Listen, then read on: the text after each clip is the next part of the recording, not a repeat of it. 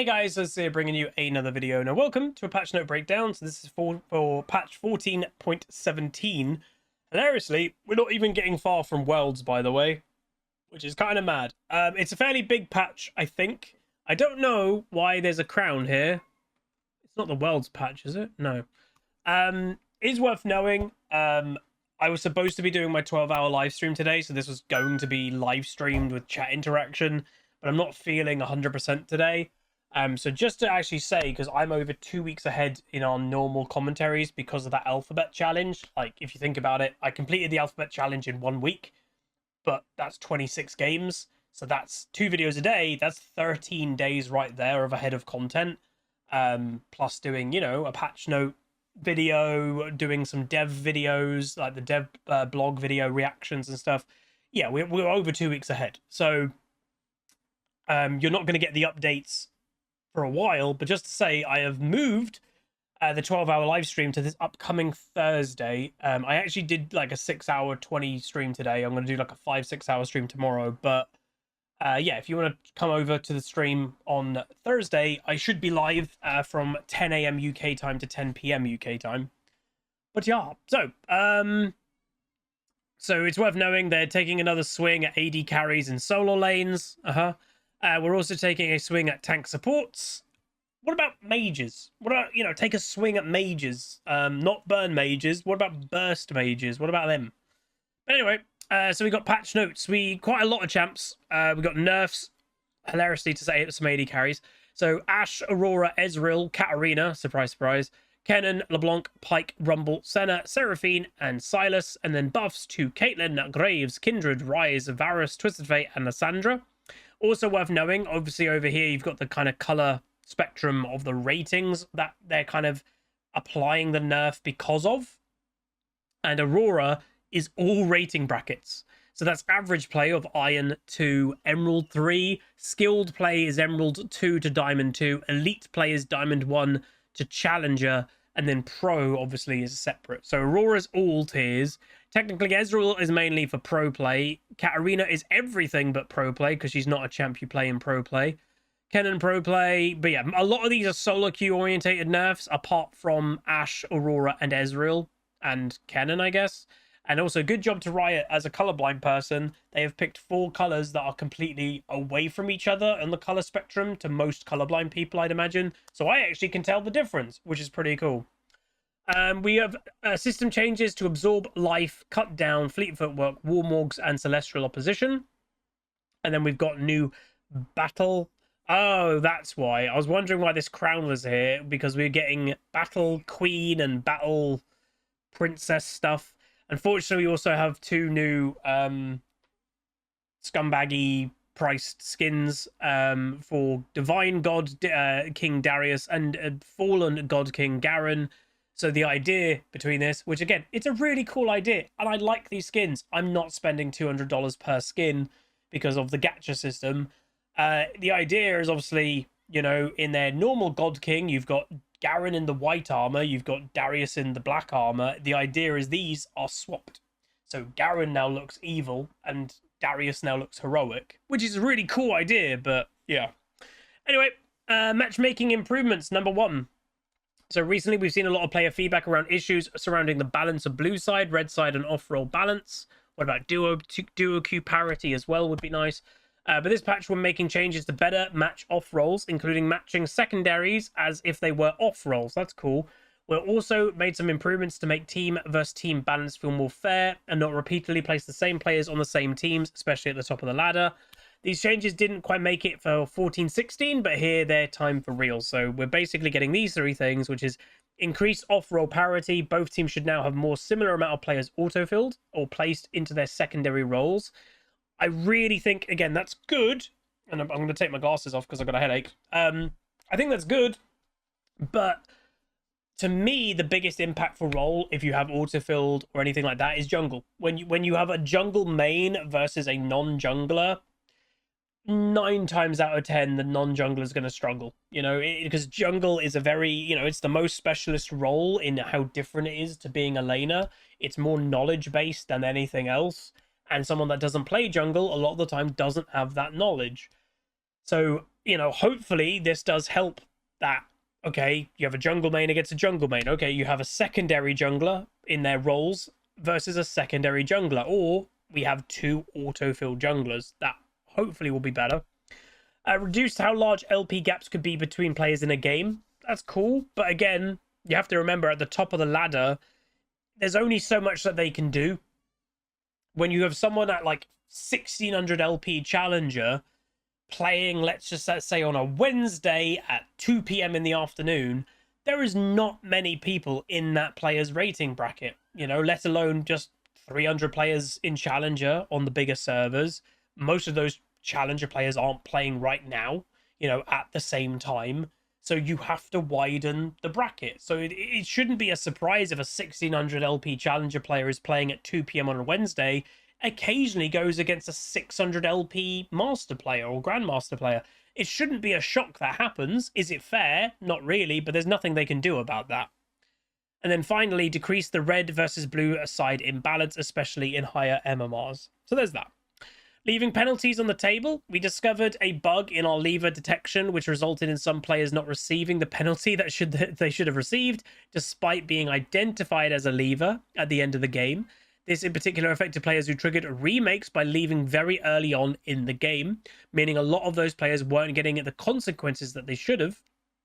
The issue is now fixed, and now whether you see someone labeled as lever, they will correctly be penalized.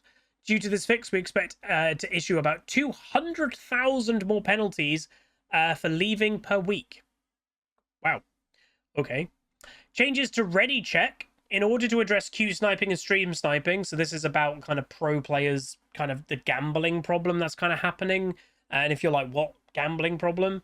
So let's just say Faker is playing solo queue and you're a high rating Korean player.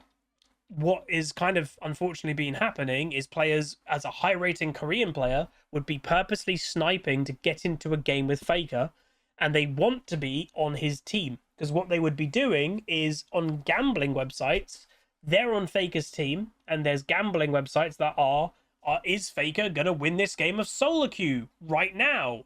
Well, if you're on Faker's team, you can bet money that he's not going to win that game. And in League of Legends, obviously, it's a lot easier to guarantee your team a loss than it is to try and help for a win, because you just run it down and in.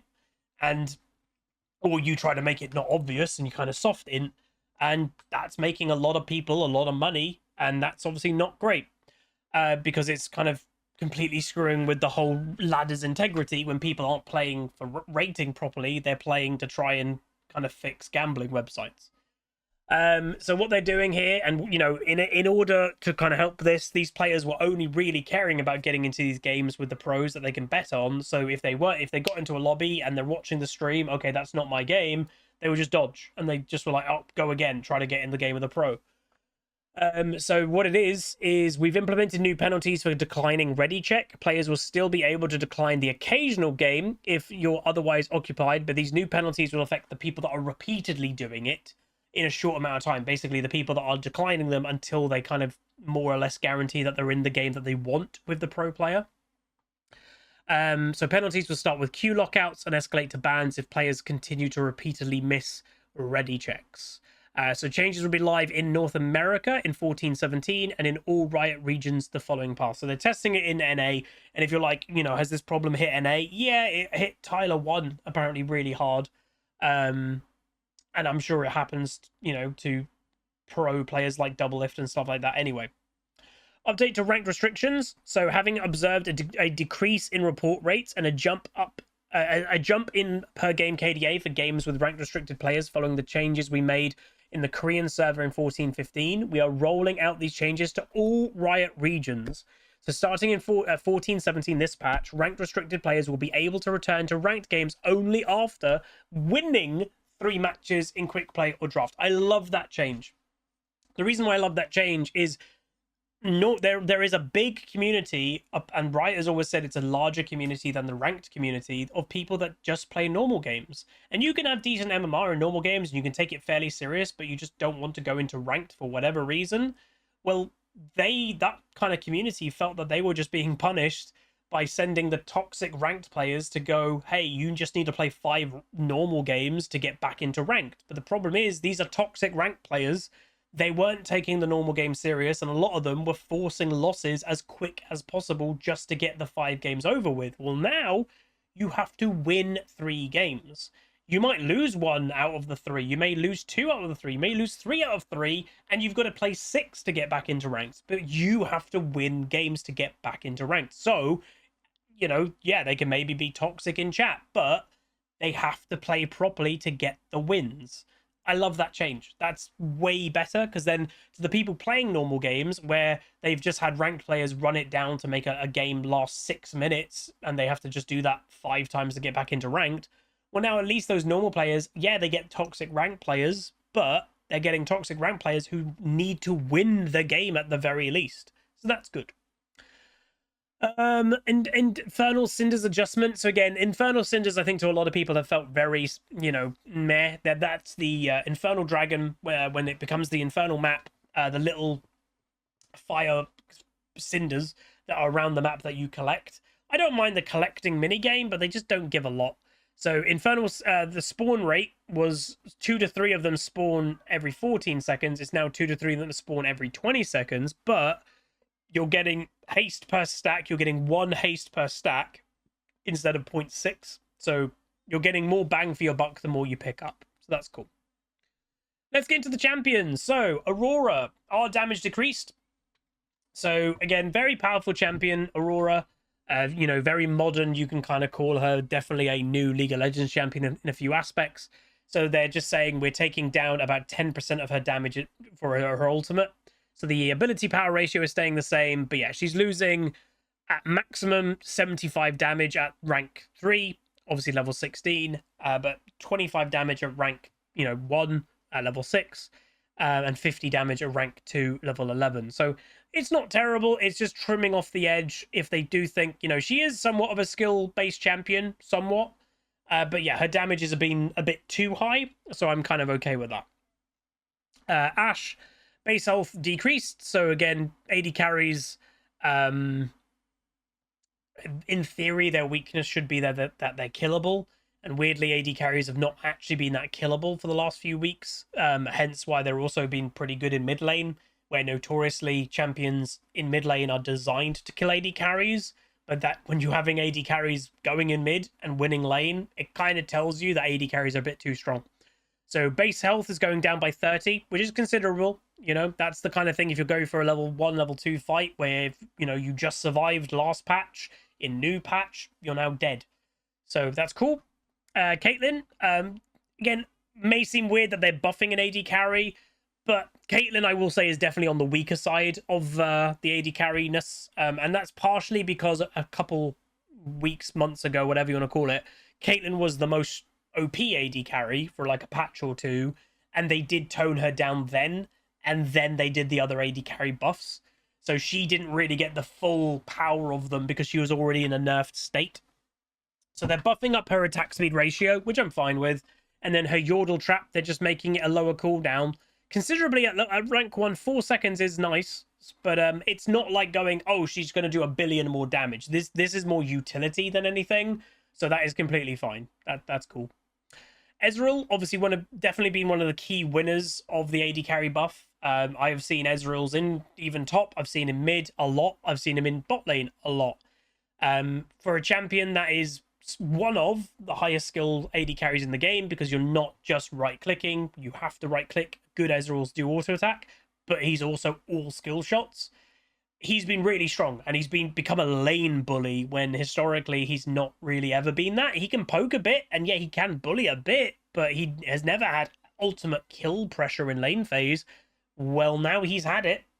So they're toning down his base attack damage by 2, which again, it doesn't sound like a lot. And I know to people who are newer to the game or whatever, they're like, 2?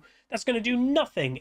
It will do stuff. And that's the point. Riot, their goal, roughly, their goal is to never make a champion go from very strong to then, oh, they're garbage, they're hot garbage. The only ever time that they do that, by the way, is on a purposeful nerf that there's already a buff, like a patch or two later, that they already have planned. And the only time they ever do that is when the community of League of Legends gets so hot and bothered about a champion, they have to just calm down the community. So examples of this were like a Kali rework. They gutted that, but 2 patches later they buffed it because it was already planned. They just needed to calm down the community because of the hate that champion was getting. You absolutely nuke it in a nerf, and then 1 or 2 patches later you buff it up a little bit to a healthier level. But yeah, Ezreal's a cool champ. They also don't really want to mega nerf this champion, because I will say, no matter how strong Ezreal is, he is always in the top 3 most played champions, period. Like, he always is there because he's very fun to play. So that's fine. Graves, Q cooldown decreased at higher ranks and damage increased. So Graves is doing poorly in his current tuning, and we'd like to fix that. It's weird again to see some AD carry buffs, but obviously Graves isn't a absolutely typical AD carry. He doesn't build an absolutely typical AD carry build. But yeah, his cooldown is going down starting at rank 2. The initial damage of his gun is going up starting at rank 2, and the maximum damage of it also is going up starting at presumably rank 2. So they don't want to give him too much at level 1, because again, well, to be honest, a Graves at level 1, most of them take E for jungle clear anyway, and then Q, but they don't want to make him obnoxious really early, because he can be quite strong in time, but that's fine. Katarina, surprise, surprise, she was broken. So again, I would say, to me, and I know it's probably a harsh thing to say, but there were 2 things that I don't think Riot absolutely play tested properly from last patch, and that was Katarina and also Senna. I kind of said in the last patch note from memory, I'm going to go back to banning Katarina, and turns out, yeah, she became really broken. It just doesn't surprise me. And again, the Katarina community, and I do go on their subreddit from time to time, is the weirdest community. No matter how OP Katarina may be at any given time, they always think she's the weakest champion in the game, even though she has access to more builds than basically any other champion. And Riot has admitted they do that on purpose because she's the most one-trick champ, and she has the most, and this is Riot's own words, the most hardcore community in terms of Katarina players only play Katarina. They're only good at Katarina. So that's why I also, even though I don't like the champion period, it's also a really good ban in ranked, because when you ban out a Katarina player, they suck at other things in general, by Riot's own words. But yeah, they just overbuffed her. And yeah, to me, this champion is never going to be healthy for the solo queue game. And there's a lot of Katarina players, by the way, that just want a rework of like reverting her back to old Cat, because they also agree she will never be absolutely healthy. It's the state of the game. You know, roaming is very powerful in mid lane still to this day, and that's kind of Katarina's bread and butter. And, you know, if you try to play a typical mage against her, mages are weak. Well, Katarina can beat you now in a 1v1 just on the champion alone, but then Katarina then out-roams you completely as a mage as well. You've got no hope. And we've all been there in games that a Katarina may suck the whole early game, and then for some reason just presses R in mid to late game, and then she gets like a pentakill, and you're like, okay. It's just not that satisfying to play against, to me. So they're nerfing the AP ratio 5% off, which again will hurt. It's not a catastrophic nerf, but it's taking, as I've always said, it's taking the top, you know, if you will, layer of the cake. Think of like champions as a tiered cake, and when they're a bit too strong, they just cut the top off of it. They leave the rest of the cake, so you know, can still play the champion, but it's just not as big as before. Kenan, Q damage decreased. So his damage, 10% damage ratio of his Q. That's a considerable nerf. I have seen some Kenans do pretty high damage. Obviously, Leandre's as a mage item. Burn items are realistically the only strong mage items right now, like properly. And obviously, because Leandre's is no longer tied to having any sort of mana or anything, it's opened up the item to non-mages. So Kenan buys Leandre's and all this stuff. So it's a very versatile item. And again, I love burn items. Like, Anivia's one of my best champs, obviously, in history of League for me. But I would kill for them to nerf burn items, buff up burst items. I'd love it. I'd absolutely love it. Because we haven't had burst meta for mages we had it right at the beginning of the season, just when Storm Surge was OP. And that's the only reason that burst mages were good. They nerfed the item completely, and yeah, you haven't seen burst mages since. But yeah, so they're just nerfing down his ratio, so that will hurt Kenan's a fair amount, by the way. But he has been probably a bit overly obnoxious in top lane 1v1s. Kindred, so Q attack speed increased, E damage increased, and cooldown decreased. I will say, like, I still do see occasional Kindreds absolutely pop off. The thing with Kindred, she's quite hard to pull off, and I think the average player, even in Emerald, even in Diamond, they're just not very good at her. So when Riot maybe potentially nowadays, but nerfs and buffs things a little bit off overall win rate a bit too much, I think her overall win rate does get dragged down by just not great players. If you get a great player on Kindred even before this buff, they can absolutely take over games. So giving her a buff is quite scary, because those amazing Kindred players are probably licking their lips right now. So attack speed of her Q is going up by 5%, which is decent. Whoa, snap. Her E is getting buffed like mad. A 20% bonus AD increase, from 80% bonus AD to 100% bonus AD for her E. And it's a lower cooldown. That's quite scary, by the way. Damn. That's really scary. Okay. LeBlanc. Q damage decreased, W damage decreased. So, of all the burst mages in the game, and again, is LeBlanc a burst mage? Not really. She's a mage assassin, which is not technically a burst mage.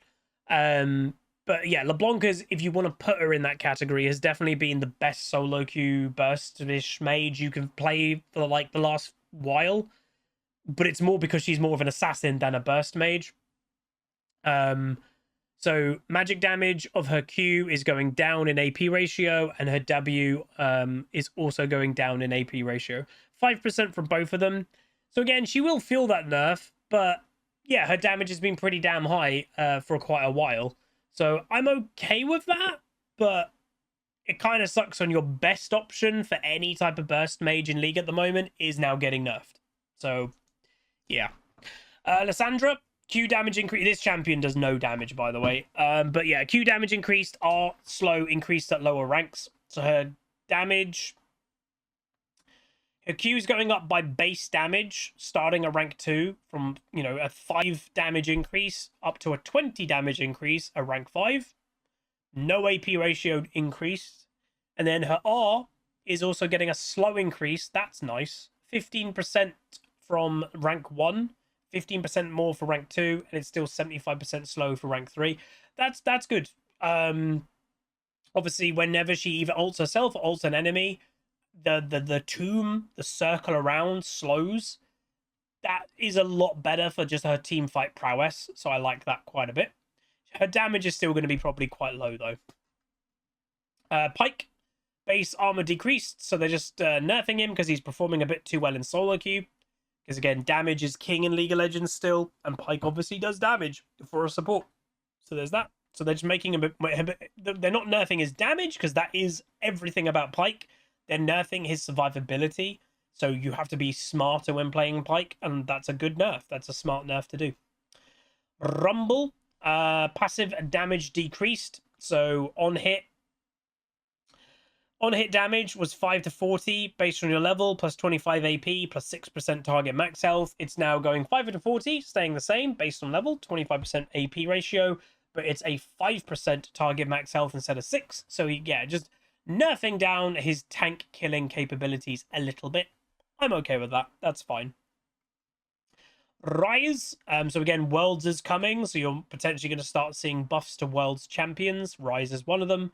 Rise isn't performing very well. He scales well, but is weak early. And while he shouldn't be too good, there could always be more agency. See, that's the problem. Late game champs, and I've said it for a while, some of the best champions in the game right now are late game champs, but they're not weak early. That's kind of the problem. Rise is an example of a late game champ who's amazing still in late game, but he's really weak early. That's the problem. So magic damage is going up by 5. That's it. in terms of the base damage, but again, it's a fairly spammable ability, remember, so you don't want to buff it too much. Then the Realm Warp is going down in cooldown at rank 1 by 30 seconds. That's nice. 20 seconds at rank 2 and 10 seconds at rank 3. But yeah, that's nice. So level 6, level 7, level 8, level 9, level 10, you can actively try to make a bit more plays with your ultimate. But the thing with Rise, he's never going to be an incredible solo queue champion because his ultimate is very much about coordination, about people kind of expecting a Rise ultimate at the right time, moving your teammates with it to a place that they know what's happening. It's why he's so much more pro skewed than he ever is going to be solo queue skewed. But yeah. Senna, this champion. So as I said, I don't think they play tested Enchanter Center personally, because it has been obnoxiously strong. So the Q heal is being decreased, and the R shield AP ratio is also being decreased. So what they're saying, by the way, is buy Black Cleaver on her still. Maybe they want her to be, I think maybe what they expected is people to still buy Black Cleaver, like AD item on her, but then build 1 or 2 Enchanter items. But basically what happened, people were just like, I'm just buying full Enchanter items. And they didn't expect that, and the ratios are just insane with that. So the heal is going down by base. It's going a 20% AP nerf, which is quite large. So yeah, that is definitely nerfing more the Enchanter build more than anything else, because the AD ratio is staying the same. And the ultimate is being also nerfed, 20% AP ratio nerf as well. So quite significant nerfs to Senna, but yeah, she's been obnoxiously strong this last patch. Seraphine, again, incredibly strong shield. Again, if you want to call them good Seraphine players, have for a long time now have not been building any form of carry, any form of AP. That's completely bait. The shield build has been where it's at. So Riot is nerfing the shield. So not a lot, but a bit. So it's staying the same in rank 1, but where it got to 160 base, it's now 140 at rank 5. And the cooldown of it is flattened to 22 seconds, where before it went from 22 seconds to 18 seconds. So yeah, so they're saying here we hope to give Seraphine players more options in their ability orders, but right now the only option is always max W, which is true. It's just so crazy strong. And obviously Seraphine players, she's not obviously the most skillful champion, and she's never going to be, but I think even Seraphine players haven't enjoyed this, because the fact that Seraphine is the most useful right now by just pressing W, you don't have to aim a skill shot, you don't have to land anything, you're amazingly useful by just pressing W and having the double W proc. Even for them, that's probably not very rewarding. So yeah. Sylas, W damage decreased. So again, his damage is going down 10% ability power or ratio. I've not honestly seen a lot of Sylas's, it must be said, but fair enough. Twisted Fate, Q damage increased. Now, obviously, remember, so the dust has settled on AD and AP Twisted Fate. So hilariously, where a lot of even the AD carry mess started, if some of you may remember, was they turned Twisted Fate more into an AD carry, and then suddenly you had Twisted Fate AD carry top lane every game in pro play and even in solo queue, and it was awful. That's kind of the beginning of it. They obviously kind of nerfed down the AD quite a bit, and yeah, you don't really see any AD Twisted Fates anymore. You still don't see a lot of AP Twisted Fates, if I'm honest, too. So they're giving him a damage buff, but they're not touching the ratios at all. It is a very minor 20 damage buff at max rank base damage. So they're not trying to make him crazy again. I don't think they want that. But yeah. Varus, Q max damage increased, E damage increased. So Varus has escaped pro jail despite his recent buffs, but is still underperforming. I don't even know, man. Like, I had a Varus earlier today. He was insanely strong, like really strong. He was like on hit Varus, and I was like, But yeah, so max damage of his Q. Wait, what the heck? Is that right? Max damage Q, that can't be right. 15? 15? Oh, it is right. They're changing it. So where before it was plus 125 of your total AD, which is basically your base AD plus bonus AD, which is from items, etc. It's being changed to bonus AD. So your base AD no longer gives you this. It's a bonus AD. So this is better for scaling because you're going to get more bonus AD throughout the game buying items. And then the minimum damage is still 2/3 of maximum damage. Okay, interesting. And then the Hail of Arrows as well is getting a bonus AD increase. So he'll be a lot stronger with a full AD build. Again, technically,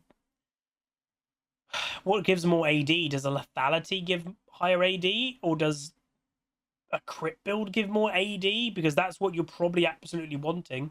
This isn't, I would say, a massive buff for on-hit Varus, because on-hit builds don't grant a lot of AD. They grant a lot of attack speed and, you know, active uses, you know, passives on items that give you damage.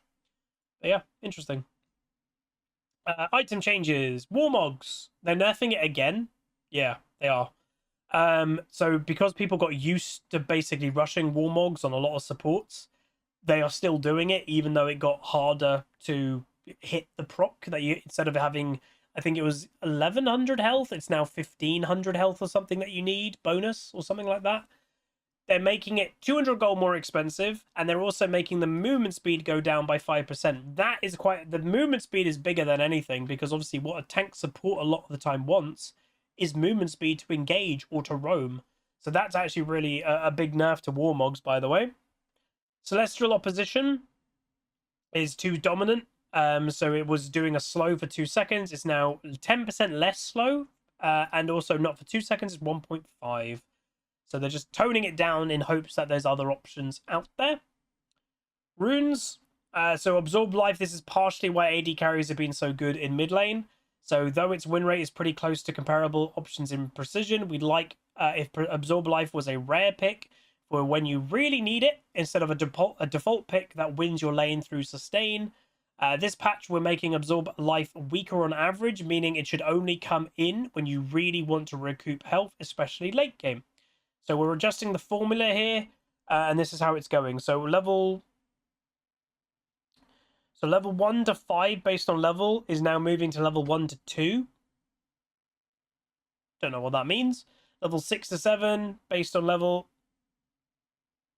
Oh, maybe this is how much healing you're getting. Yeah, I'd imagine maybe this is how much healing you're getting. So from level 1 to 5, you got 1 to 5 healing based on level, but now you're only getting 1 to 2.